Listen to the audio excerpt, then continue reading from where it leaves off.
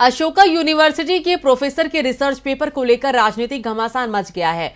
University के एक faculty member द्वारा पब्लिश कराए गए रिसर्च पेपर में बड़ा दावा किया गया है।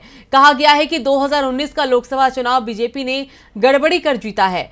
पार्टी ने अपने पक्ष में धांधली कराई और बड़ी जीत हासिल की। इस रिसर्च पेपर से अब राजनीतिक घमासान मच गया है। कांग्रेस ने चुनाव आयोग और सरकार से जवाब मांगा तो बीजेपी बचाव में दिख रही है। बीजेपी ने धांधली से जीता था 2019 लोकसभा चुनाव। विपक्षी दल पहले से ही चुनाव में धांधली की बातें कर रहे थे, ईवीएम को लेकर भी सवाल उठा रहे थे और अब अशोका यूनिवर्सिटी के एक फैकल्टी के रिसर्च पेपर में बड़ा दावा किया गया है। प्रोफेसर सब्यसाची दास का 50 पेज का रिसर्च पेपर पब्लिश किया गया है, जिसमें कहा गया है कि करीब मुकाबले वाले क्षेत्रों में बीजेपी को एक तरफा जीत मिली। ये उन राज्यों में हुआ जहां सरकार बीजेपी की थी। बूथ लेवल पर भी गड़बड़ी की गई। इसके साथ ही जिन जगहों पर बीजेपी शासित राज्यों के अधिकारियों की संख्या ऑब्जर्वर के रूप में ज्यादा थी, वहां बीजेपी की जीत हुई।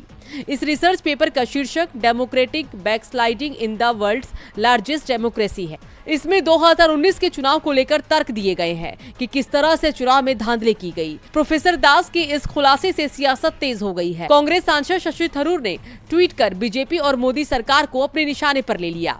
उन्होंने कहा कि चुनाव आयोग और भारत सरकार को इन दावों का जवाब देना चाहिए, उन्हें डिटेल में जवाब देना चाहिए। एक सीरियस स्कॉलर के तर्क कोई राजनीतिक विद्वेष की वजह से नहीं है। असंगत वोट टैली के बारे में भी जवाब देने की जरूरत है, इससे भागा नहीं जा सकता। थरूर के सवाल के जवाब में बीजेपी ने रिसर्च पेपर पर ही सवाल उठा दिए। उल्टा यूनिवर्सिटी से ही सवाल कर दिया कि कैसे इस पेपर को पब्लिश करने की इजाजत दी गई। बता दें, यूनिवर्सिटी की ओर से ये सफाई आई कि ये रिसर्च पेपर अभी पूरा नहीं है और इसका क्रिटिकल रिव्यू नहीं किया गया है और इसे एकेडमिक जर्नल में भी प्रकाशित नहीं किया गया।